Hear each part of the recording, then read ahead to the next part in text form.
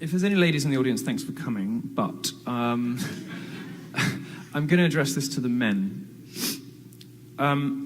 We live in quite aside from anything even remotely resembling a patriarchy, and I've explained some of the reasons I think that concept is preposterous this evening, or at least is simply out of date, probably 30 years out of date. Quite distinct from such a concept. Men live in a very hostile climate. Men live in a world where they do not have free speech, where it is socially disadvantageous and professionally dangerous to discuss things like the campus rape culture myth or the wage gap, or indeed even more simple issues of how men and women are different. These sorts of things can make you lose your job and can take away your platform if you are a journalist or a researcher or an academic. Now that is real silencing. But men should take comfort from, at least, from the fact that it was male ingenuity that explored the oceans, that told us about our planet. It's male imaginativeness that got us to the stars. It is men who have built most of what is best about the world. There are some instances in which... Are you all right? You need a lozenge? There are some instances, and the further back you go in history, many instances in which women have been treated very unjustly.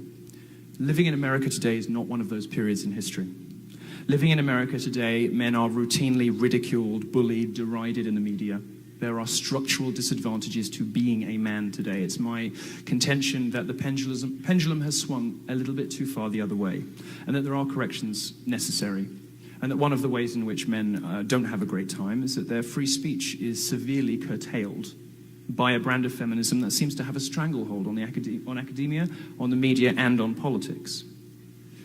The last thing I'll say is there's not too much to worry about, because ultimately this poisonous, hateful, bigoted, sexist system is starting to be appreciated, and I mean that in the sense of it's being exposed to the public, and the public doesn't like it very much. They're not going to vote for candidates who sign up to this nonsense. They're not going to read books by people who spread it.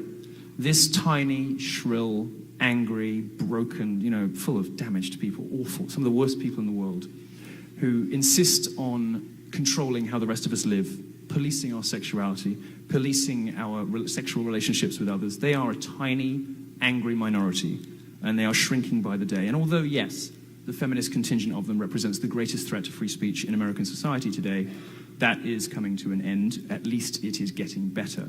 So stay the course, have faith, and let's beat feminism together.